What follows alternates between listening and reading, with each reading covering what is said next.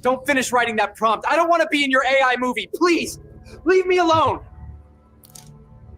Please, man. Please! Write a prompt that will make us happy! Do it for once!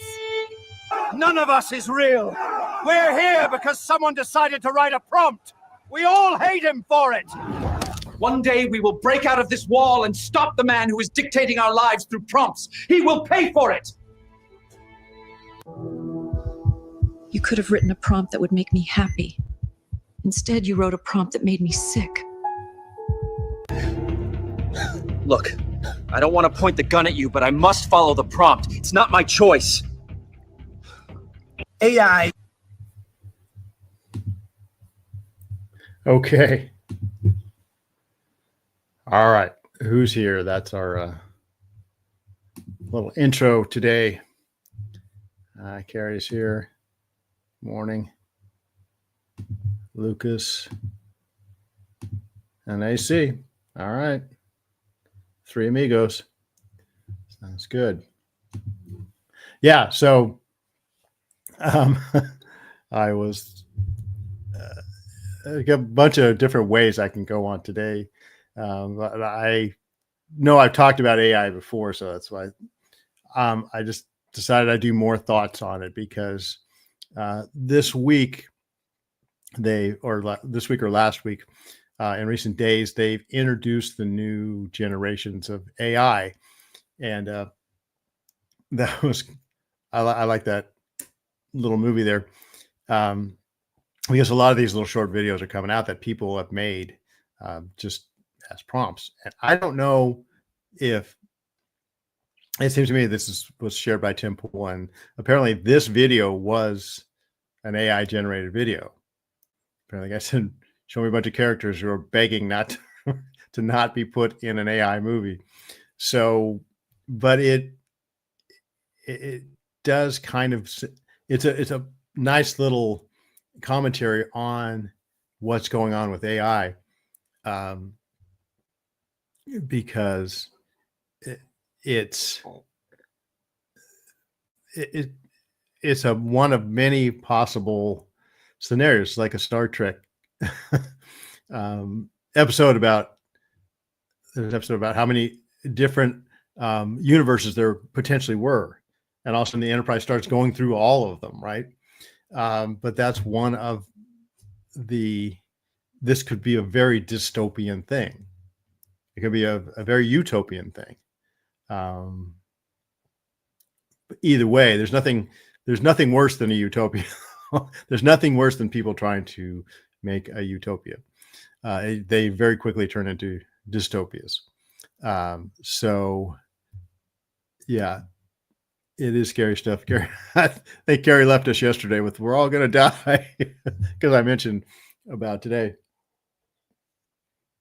that this was going to be my subject. But the thing that I'm seeing, and I've had some technical difficulties here. I hope I'm coming through all right, and I'm not too chopped up because my internet's been driving me crazy this morning, as it did yesterday. So, but there's has been a lot of things come up that I'm seeing that, normally when a technology or revolution like the industrial revolution or the agricultural revolution or the tech revolution comes, it comes slowly, and the AI is the future way of money making. Person who successfully manipulates ideas, they will become wealthy. Yes, I think that's and I'm not even kidding, Joel. That's what we are heading for. Okay, here. Okay, Lucas versus Carrie. Lucas, you seem to have a optimistic view of things, and Carrie is a little along the doom and gloom side, which it's a 50-50 shot as far as I can tell. Yes, AI will be the way of making money, but for how long and doing what? Because I'll go ahead and share some things I've run across here. Oh, that's here's my dilemma. Okay. Well, let's just say this one here. Let me share this with you. I'll add this to the stage. Okay. Come on now.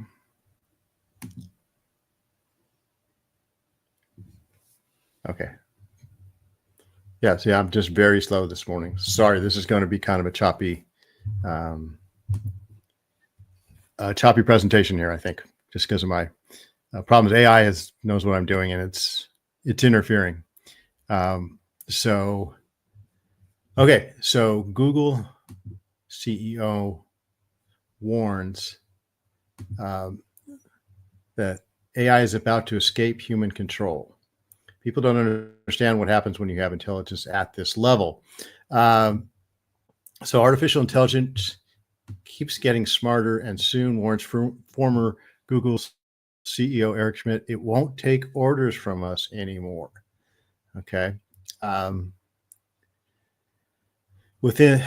this former Google head predicted that within 3 to 5 years, researchers will crack the case on the so-called artificial general intelligence or human level AI. And after that,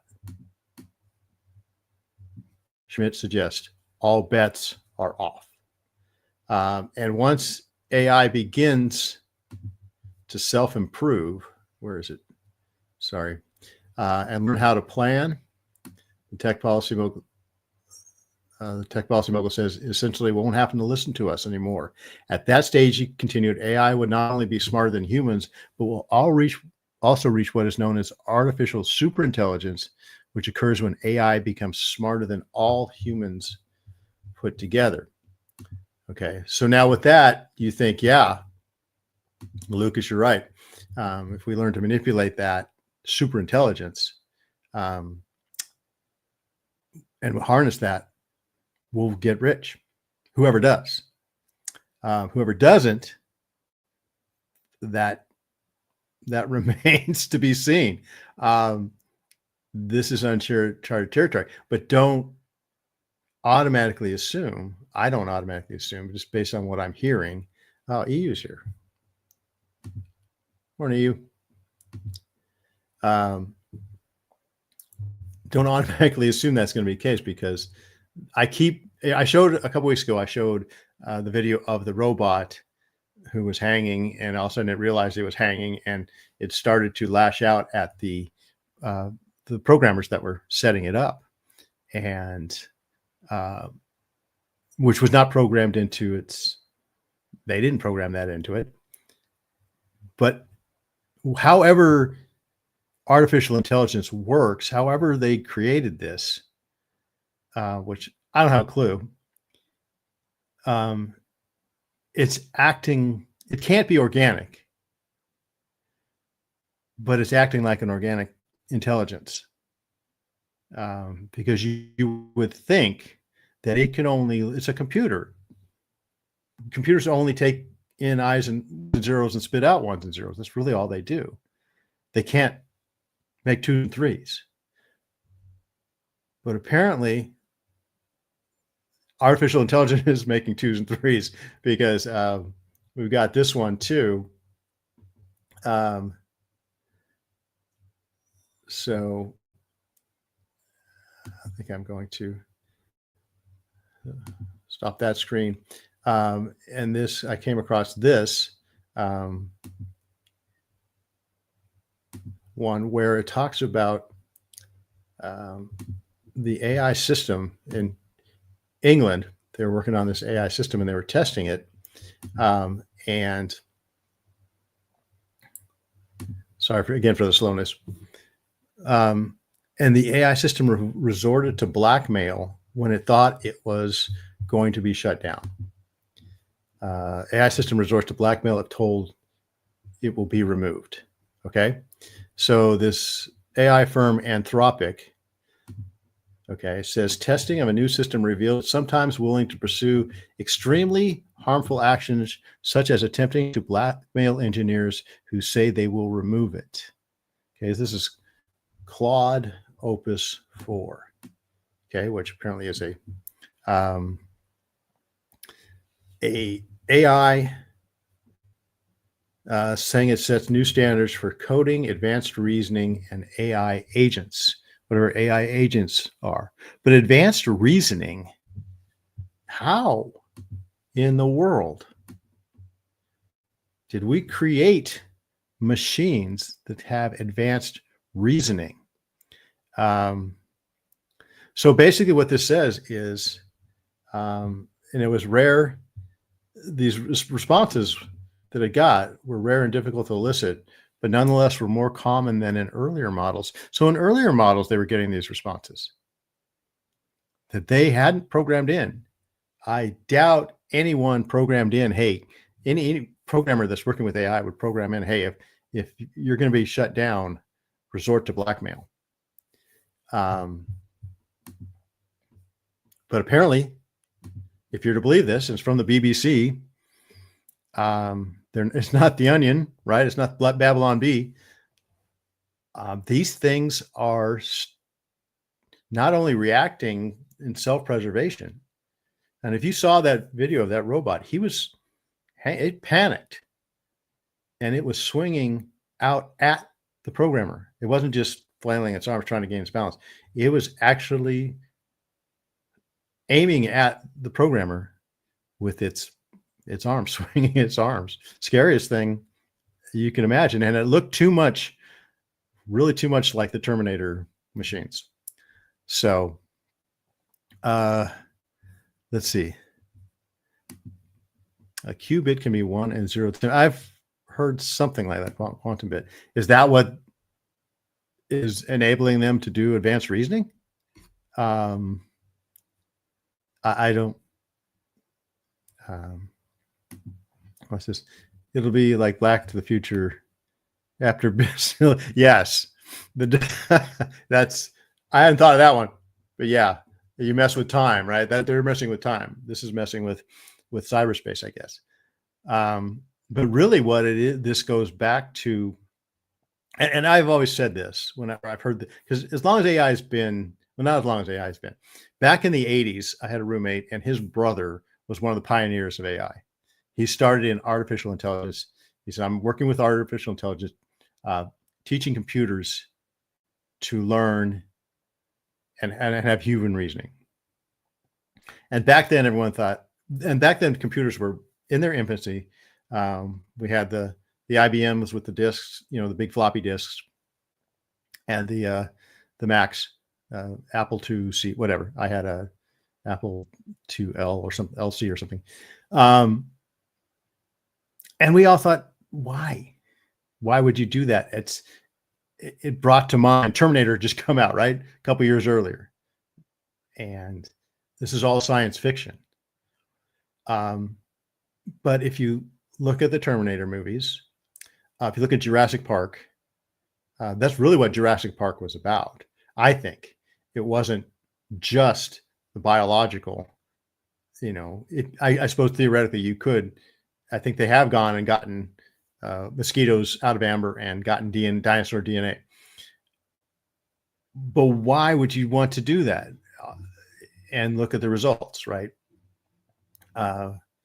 You look at the result in the movie of dinosaurs running wild and eating people. And then you could also look at the series of bad movies that came out of that idea, which is worse, right? I loved Jurassic Park, but the ones after that were pretty bad. But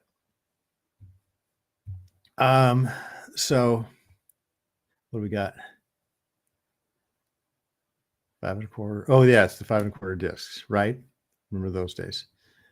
So, and actually I heard a few years back that there was a government agency that wanted to keep, that had some top secret files on 5 1/4 discs with these old machines. And they were asking expert hackers, hey, how do we transfer this stuff from 5 1/4 discs onto a computer system that you can't hack? And he said, you can't leave them on 5 1/4 discs because I can't hack into a 5 1/4 disc. He said, keep those machines there, keep the ancient technology because we can't hack into it. So this is really mind-blowing stuff. And it's funny, I was meeting with a few of my old friends yesterday. We go to lunch. These are the guys from when I was in my probably 20s and 30s, guys that were the young bucks at the time, and now we're all old, and all we do is talk about our physical problems. But I was telling them about this, and they all three of them work with AI. And one of my friends is a coder. He's a programmer, and I said, eventually, there's one of these, I think it's Eric Schmidt guy, eventually said, computers, once we reach the super intelligence, once computers have more knowledge than the sum of mankind, they're going to be able to program each other. They're going to be able to do a much better job of programming each other than we are. And so computer programmers will no longer be needed. And then we started talking, and so he goes, no, I use AI all the time. It helps me a lot. It makes my job easier. I said, it's going to take over your job. No, it can't. How do you know? How do we even know? And so, but these guys were telling me about all the advantages, how AI makes their jobs easier. And I said, yeah, I'm sure it does. But you don't know that you'll even have a job in 2-3 years. And this is what they're talking about. They're talking about this coming in 2 to 3 years. All these articles I'm reading, they're coming in 2 to 3 years. I think one guy predicted 2027, the other guy 2028. So this is coming, and it's coming quickly. I don't have so much, the guys were teasing me that I'm like an old man that's saying, get off my lawn, and I'm like, well, you guys are acting like the monkeys hear no evil, see no evil. So which is worse, right? But I'm not necessarily saying, hey, we've got to stop this. Although I have run across there are a group of people that are trying to stop this. They're scientists in San Francisco, and they're a small group of scientists living in this one area that are trying to save us from this. But I'm not putting a lot of hope in them because their article I read, I didn't put it up, but it's a bunch of people. The article was written by a guy, and he went in to visit them, and for dinner they were having impossible meat fajitas and yogurt salad or something like that. So I'm like, okay, we've got a bunch of San Francisco granola eaters. They're the ones that are going to save us. I don't think we're going to be safe from this. Right. And it is coming quickly because it's been developed for years. Right. And I first knew of it back in the 80s, 40 years ago. So I'm not necessarily saying, hey, we have to stop this. But what I am saying is it's coming way too quickly, and we are not even close to being prepared for it. Not even close. I mean, these AI movies that are coming out, I've been in the video industry. I actually was co-producer of a movie, right? That was released in theaters. Those 8-minute short movies are all they can make now, 5 to 8 minutes. But in a year, they'll be able to make full-length movies. A friend of mine is a movie maker. He made a movie, and he needed a song. And so he asked AI to write him a song for his movie. And in a minute, AI had written 3 versions of the same song, a country version, a hard rock version, and a soft rock version of the same song. So the music industry, what's going to happen to them? We were talking yesterday about all the different white collar people that jobs are going to go away. Lawyers, he said, lawyers have to run for the hills because this is intellectual property, copyrights, gone. I guess Meta has in the metaverse, or its AI, it went to all the pirate music sites and took all the music off the pirate sites. So all the musicians and songwriters are out of luck. Their copyrights are down the tube. And yes, and this is the kicker. Scariest thing, never again can you believe your eyes. And that's the thing. If my friend said, one of my friends said, we mentioned that robot movie or video, the robot swinging at the thing, he goes, well, how do you know that was real? How do you know that wasn't AI produced? And I said, I don't. Well, what can you believe anymore?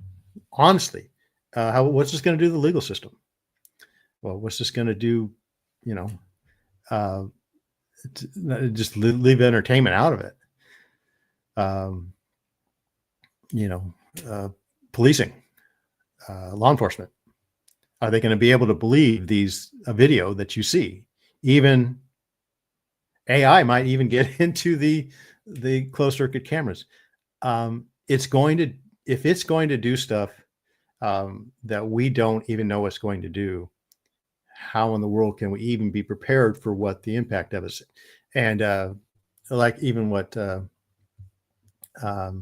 Lucas, what you're saying, when you say that AI is a future way of money making, how do you know that?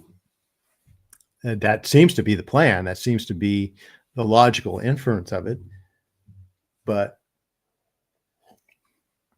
if we don't know where this is going in 2 or 3 years, why are we going full speed ahead? Because we're not ready for it. I know recently the dock workers in Long Beach, San Pedro, up in LA, were on strike, and then one of the settlements they said to get back to work is that you do not put AI in the port. You do not use AI systems to run this port because we will not be out of a job. And everybody said, "Oh, that's terrible. We're not going to have the efficiency on our port is not going to be what it should be." Yeah, it won't be.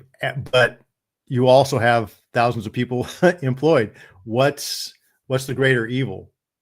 A less efficient society, a less efficient work. I mean, my friends were saying, AI makes my job so efficient. But why do you want to make your job more efficient if it'll take your job and you won't have your job? You won't care that your job's more efficient. These are all questions that we haven't asked and we aren't talking about. And okay, my job on this network is to bring it to a Christian perspective. I don't even know how, really. So how do we as a church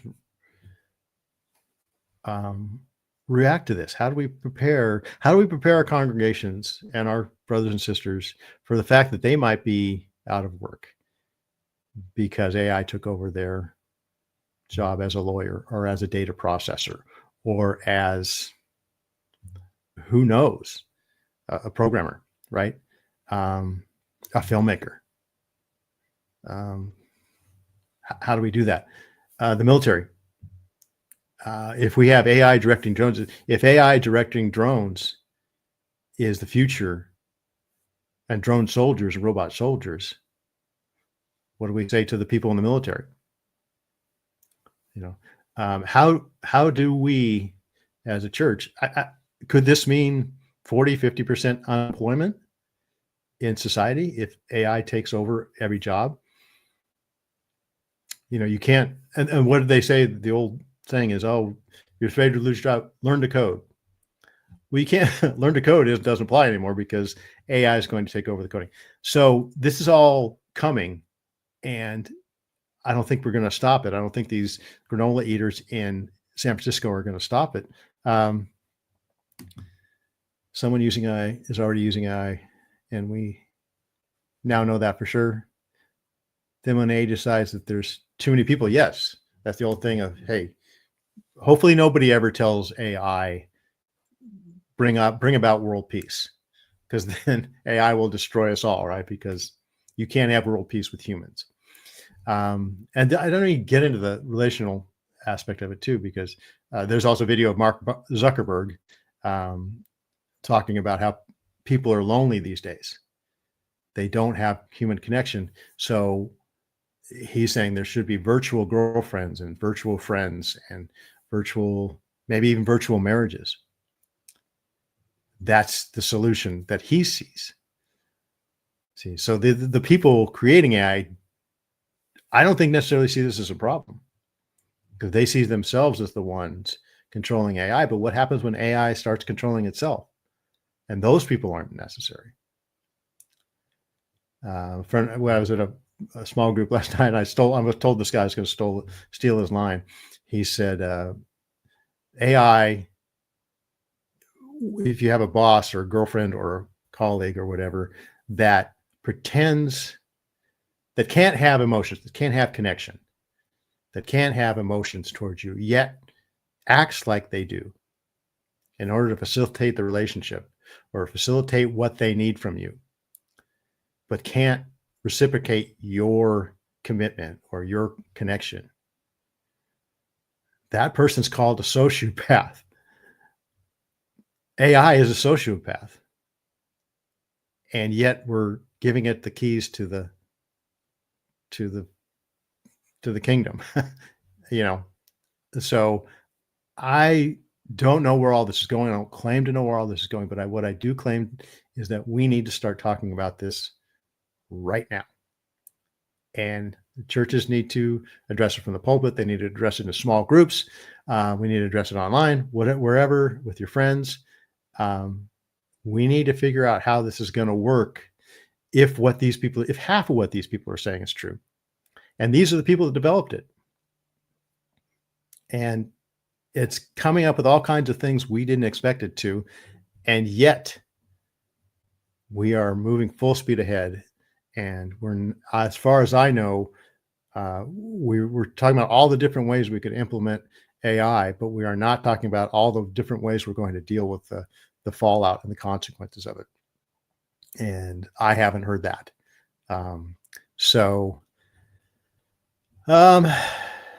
AI can be a good thing, but it will probably be used for evil.